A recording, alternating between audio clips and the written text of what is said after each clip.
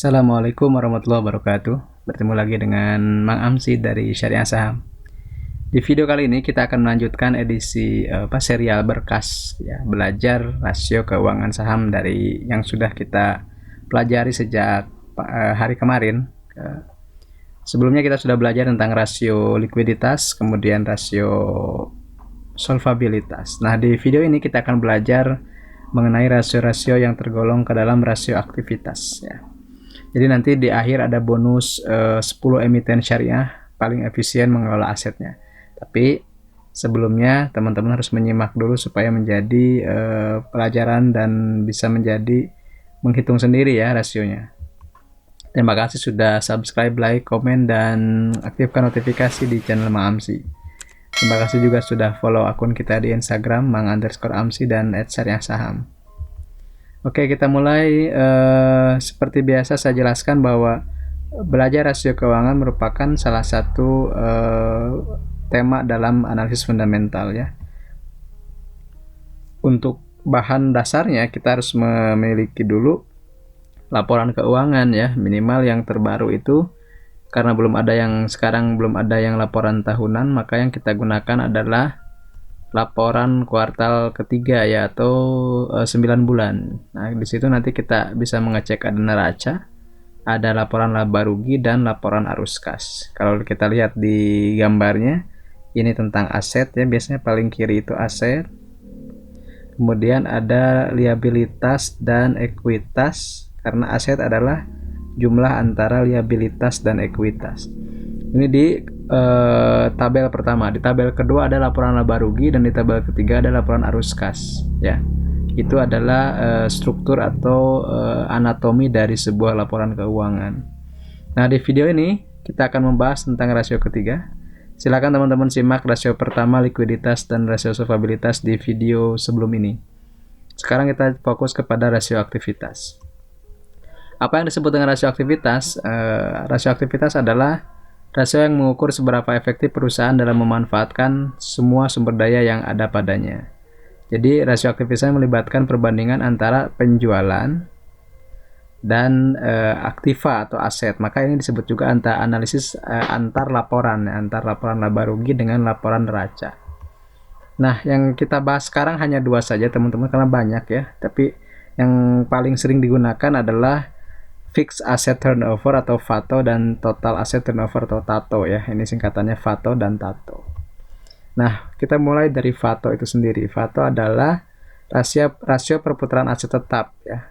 Fixed Asset Turnover Ratio, yaitu rasio aktivitas atau efisiensi yang mengukur seberapa efektif dan efisien perusahaan menggunakan aset atau aktiva tetap. Ini kata kuncinya aktiva tetap ya, untuk menghasilkan pendapatan. Jadi rumusnya adalah FATO itu rumusnya total penjualan dibagi rata-rata total aset tetap. Nah, bagaimana cara menghitung total aset tetap? Itu adalah total aset awal tahun ya, atau aset awal tahun ditambah aset awal tahun ya, AAW misalnya, ditambah aset terbaru gitu. Kemudian dibagi 2. Nah, kita langsung praktek ya. Misalnya kita gunakan kemarin sudah muncul, kemudian aset tidak lancar atau aset tetapnya ini, kemudian ada total aset ya. Nah, kita rata-ratakan total aset tidak lancarnya ini ditambah ini, kemudian dibagi 2. Nah, kemudian yang kedua, data yang dibutuhkan adalah penjualan. Maka kita dapatkan misalnya rata-rata total aset tetap 1,79. Ini adalah pembagian antara 1,7 dengan 1,8 dibagi 2. Kemudian total penjualannya 2,25 triliun, maka FATO dari SIDO sampai laporan terakhir itu sebanyak 1,26 kali ya, karena penjualannya 2,26 dibagi 1,79, maka hasilnya 1,26 kali. Artinya SIDO muncul ini berhasil membukukan penjualan 1,26 kali aset aset tetapnya begitu. Nah, bagaimana dengan TATO? Kalau TATO ini total aset yang dihitungnya. Jadi semuanya aset lancar dan aset tidak lancar, atau aset tetap dan aset tidak tetapnya itu dijumlahkan ya. Karena ini definisinya adalah rasio yang mengukur kemampuan perusahaan untuk menghasilkan penjualan dari total aset. Nah, ini kata kuncinya, total aset.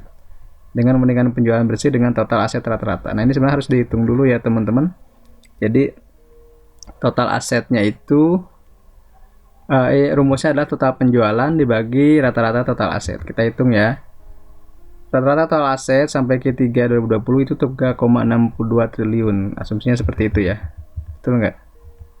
Ya, 3,62 triliun. Kemudian penjualannya 2,25 triliun. Maka rasio tato atau total aset turnover dari sudah muncul itu sendiri sampai laporan terakhir adalah 0,62 kali. Jadi kalau dihitung dari total aset sudah muncul itu bahkan belum sampai 1 kali dari total asetnya ya. Sebenarnya sih dalam rasio ini lebih besar lebih bagus. Artinya tapi ya tergantung industrinya juga ya. Industrinya juga apakah misalnya industri ini makanya lebih bijaknya kalau dibandingkan dengan saham yang sejenis di bidang itu.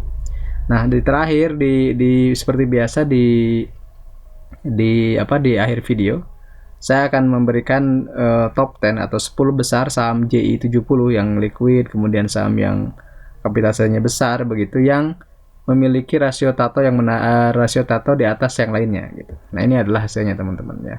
Jadi yang pertama adalah datanya saya ambil dari Ransel ya yang terbaru. Jadi saya masukkan ke sini. Datanya ada ERA, kemudian MTDL, UNVR, Unilever ya, Cepin, Japa, Mayora, Ultra Jaya, S Hardware, Kalbe Farma, Akra. Kita lihat di sini kalau ERA ini 2,4 kali ya dibanding total asetnya. Kemudian MTDL 1,74, Unilever 1,54, Cepin 1,4.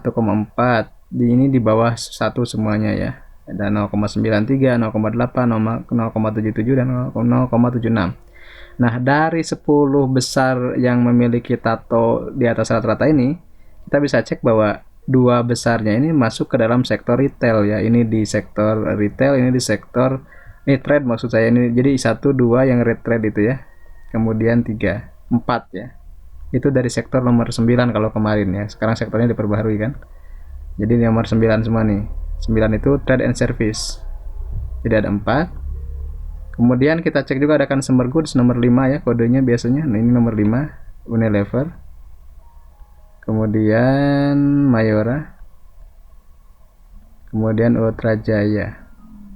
Kemudian Kalbe Farma. Jadi ada 4 dari trade, 4 dari consumer good dan 2 dari basic. Dan ini dua-duanya adalah nomor 3 ya kalau basic itu dua-duanya adalah sektor dengan pakan ternak. Nah, sektor pakan ternak ini juga kan berkaitan dengan consumer goods ya, ayam gitu, jualan ayam. Jadi kita bisa cek juga dari sini data bahwa saham-saham dengan tato di atas rata-rata itu adalah saham-saham yang bergerak di bidang perdagangan dan consumer goods ya. Itu mungkin kesimpulan dari pembahasan kita kali ini. Terima kasih sudah nyimak video ini sampai akhir. Silakan cek di video kita di channel yang ini, kemudian juga silakan gabung di berbagai sosial media kita. Terima kasih. Salam investasi amanah berkah berlimpah. Saya Mang Amsi dari Syariah Saham. Assalamualaikum warahmatullahi wabarakatuh.